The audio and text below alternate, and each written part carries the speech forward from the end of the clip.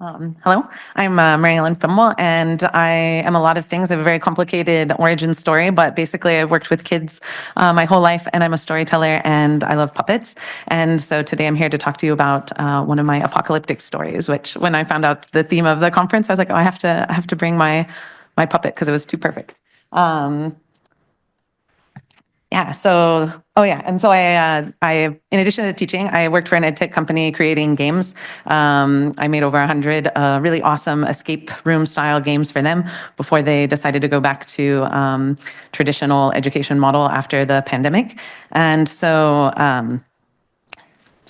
then I got into games through two courses from one from the Indie Game Academy and one from Code Coven. And yeah, that's what got me into game design here. And this is Bonnie. Hi, everybody. Yeah, hi, it's so nice to meet you, but I never worked with grown-ups before, so I'm a little nervous. Uh, and so Bonnie has traveled with me through 4 different schools, and we've worked with a lot of kids. And basically, her story has come out of working with them. Originally, she was contrived to teach kids to be careful in how they move. So I teach music, and I had a very small classroom space the first year I taught. And so a lot of kids were getting stepped on, and we just didn't have a really safe situation for moving. And so Bonnie came to encourage them to be safe because she's. I'm really scared of feet, so I hope you keep your feet safe. Yeah. Mm-hmm. And she has a little song also. Oh, yeah. Can I sing it to these friends? Do you guys want to hear a song? Yeah. Okay, here it goes. Bounce high, bounce low, bounce the ball to shine low. Bounce it up, bounce it down, bounce the ball all around. Yeah, it's pretty easy.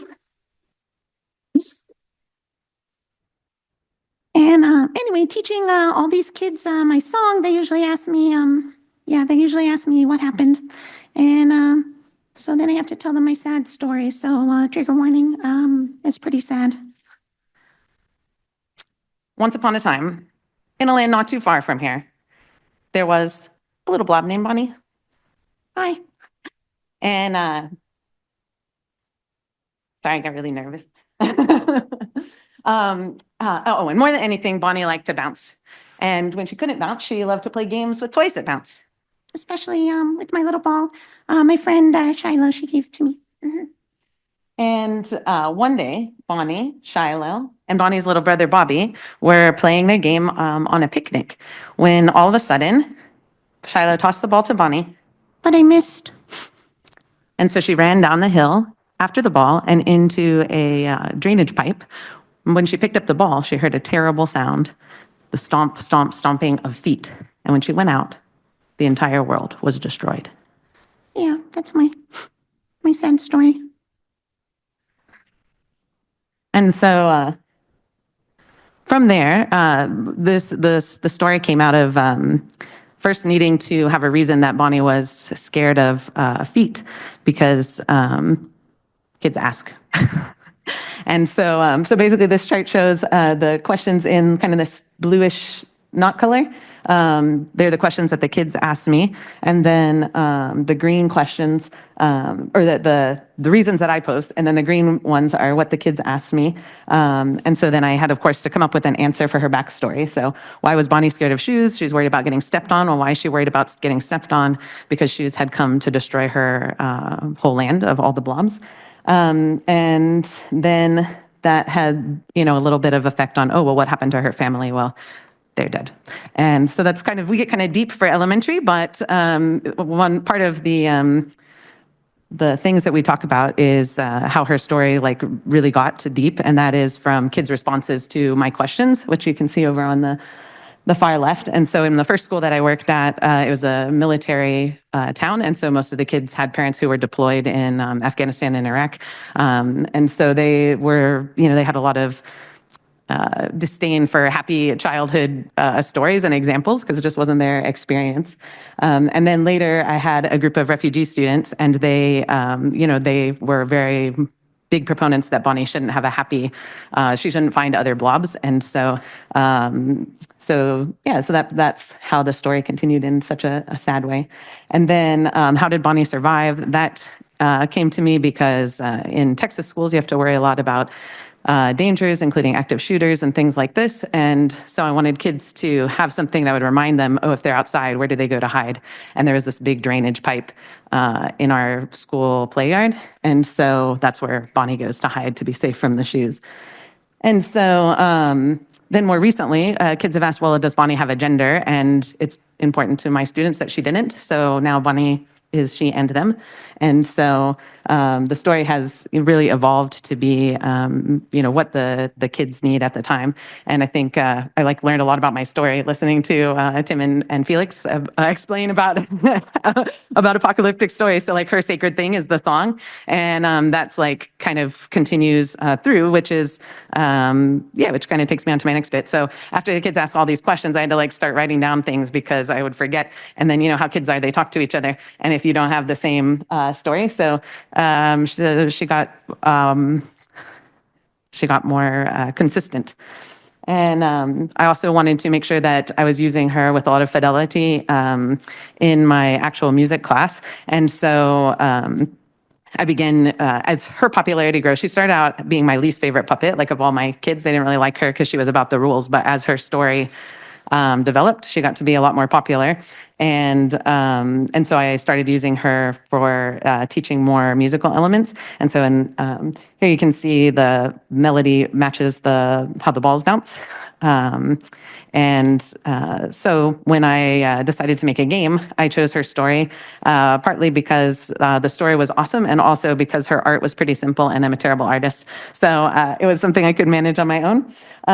But in addition to the musical elements, I've really utilized her story to teach social emotional skills to my kids, especially empathy and compassion and resilience, because that's kind of what Bonnie gets through. And in the end, her ending of her story is that she comes to the music room and now has a new world and a new life with all of the kids. And so, whereas I think a lot of people think that's not necessarily a happy ending, it's really the truth of apocalyptic survival. So, and so I turned that into a game after the pandemic. We have a lot of struggle with attendance in schools, and one big struggle that music teachers have is we only see kids once a week, or maybe not even that often. So if a student misses one day of class where we teach the melody, then basically the rest of the unit, maybe the next 3 or 4 weeks, it's hard to keep their engagement, because if they didn't learn the melody originally, they're not going to want to play the game because they can't sing with the song, or it's harder to put on instruments. So I thought, what if everybody gets all the tunes from games stuck in their head? And so what if I just used my target melody to put that in there? So I did that as part of the game. And then, of course, shoe smashing is an exciting game element. Avoid the shoes. So I kind of put those together. Let's see. Oh yeah. So when I first started designing the game, I wanted to include just bring Bonnie to life, and so give the kids a chance to get to know her a little better, and added the background music to the different portions of the game, and yeah. So the game has, let's see, there we go. The game has four different main elements. There's the shoe avoiding game, and then here on the bottom left is where she'll be able to talk with her friends and family from the before times. And then there's also just the little facts about her, because kids always like to know the facts. And so for each of these different portions, I used different versions of the melody. So in the main menu, it's just the main theme of the song that plays by itself. And in the in the shoes stomping one, I used a theme and variation because I noticed with the older kids, they needed something that was a lot simpler to learn theme and variations rather than pulling it out of a symphony. Like they didn't have a form of reference that was meaningful to them. And so I kind of hid it in there, and it's exciting to watch kids like realize, oh, hey, that's Bonnie's theme playing in the song because it's not the main melody, it's just the variation. And then I also paired with an ostinato because in my class we use a lot of ostinato, which is a musical pattern that happens again and again and again to expand on the musical properties. So I got to play test my game with all my students. And so I've been at 2 different schools since I made it. And so I've gotten about 800 kids to play.